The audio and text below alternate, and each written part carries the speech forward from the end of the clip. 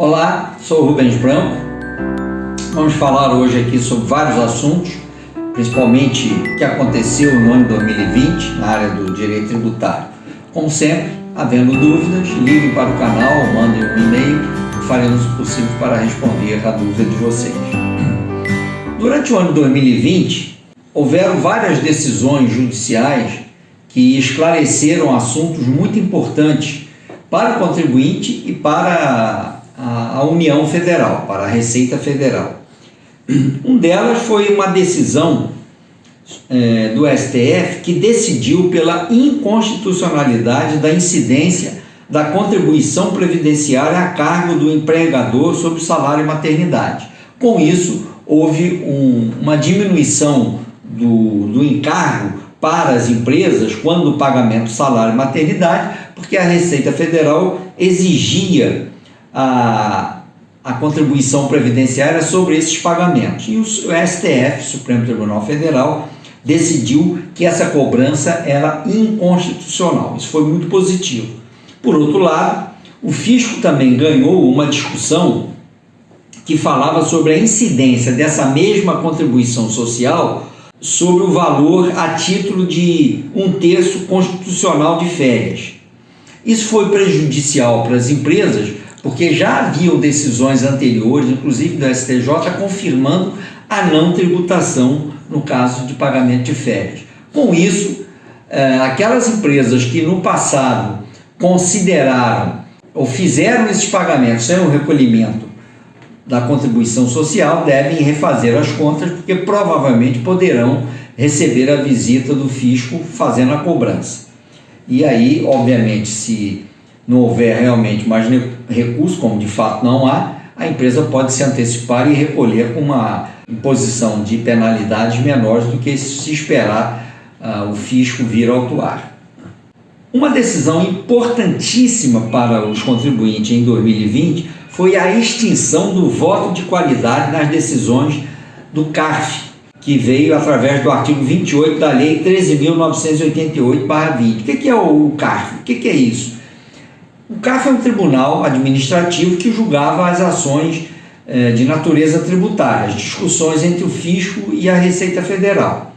Mas havia nesse tribunal, o CARF, havia regras internas de regulamentação do funcionamento do CARF que dizia o seguinte: o presidente de cada turma do CARF tem voto duplo, ou seja, quando ele vota vale por 2. Entretanto, todos os presidentes das câmaras são funcionários da Receita Federal. Por óbvio que todas as decisões que eram tomadas pelo que ele chamava voto de qualidade, por quê? Porque valia por 2, valia pelo voto dele mesmo e mais um voto porque era representante da União.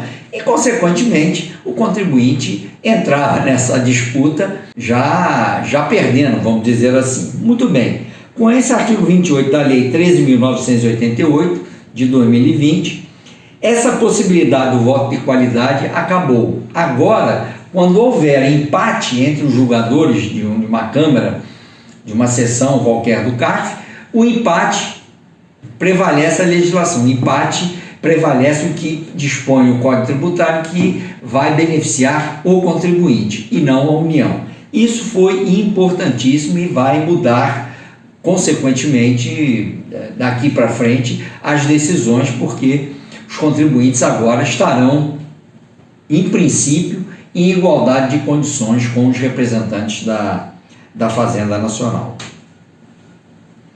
Outra decisão que foi importante durante o ano 2020 foi a decisão do Supremo em que determinou que as taxas pagas às administradoras de cartão de crédito e débito devem ser incluídas nas bases de cálculo de PIS e da COFINS. Havia uma discussão muito grande onde as empresas alegavam que essas taxas não deveriam compor a base de cálculo porque não constituiriam receitas. Mas o Supremo julgou e disse que não, são constitucionais sim. Outra definição que ocorreu em 2020, muito importante para as empresas, principalmente empresas que fazem franquia, foi a que declarou, a decisão que declarou o tema 300 do Supremo Tribunal Federal, que declarou constitucional a incidência do ISS, o Imposto sobre Serviço, sobre os contratos de franquia. Os contratos de franquia viviam ali em cima do muro, não era nem uma coisa nem outra. Então, não havia tributação prevista em lei sobre os contratos de franquia. E o Supremo, na definição do tema 300, declarou que é constitucional, sim, a incidência do Imposto sobre Serviço sobre os contratos de franquia. Isto é ruim para os contribuintes, mas definiu o problema. Finalmente, no julgado do recurso especial 793.376, foi decidido que a imunidade em relação ao ITBI, prevista no inciso 1 do parágrafo 2º do artigo 156 da Constituição, não alcança o valor dos bens que excederam o limite do capital social a ser integralizado. O que foi essa discussão? Alguém resolveu colocar bens imóveis no capital da empresa.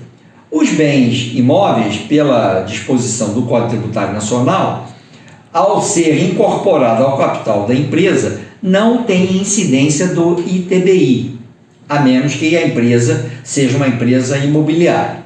Mas vamos supor que não seja. Entretanto, houve uma situação em que uma empresa, o aumento de capital era de, vamos supor que R$100 mil, e o bem que foi colocado na empresa é um bem valendo R$400 mil.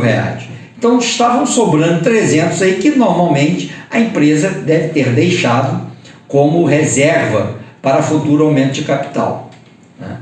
E aí houve questionamento por parte de uma determinada prefeitura que discutiu, olha, se o valor que está se colocando no capital é inferior ao valor do bem, a isenção do ITBI só se aplica até aquele valor, ao valor que é incorporado ao capital. Então, daqui para frente, as empresas, ao fazerem um planejamento de incorporação de imóveis no capital das empresas, têm que levar em conta isso, que é constitucional, sim, a cobrança do ITBI sobre a parcela que exceder o limite do capital que está sendo integralizado. Então, se você tem um bem de 500 e vai aumentar o capital em 100, você vai ter que pagar o ITBI sobre 400. Então, planejem bem e, eventualmente, não deixem ocorrer essa defasagem entre o capital que foi integralizado e o valor do imóvel, do bem imóvel que foi incorporado ao capital.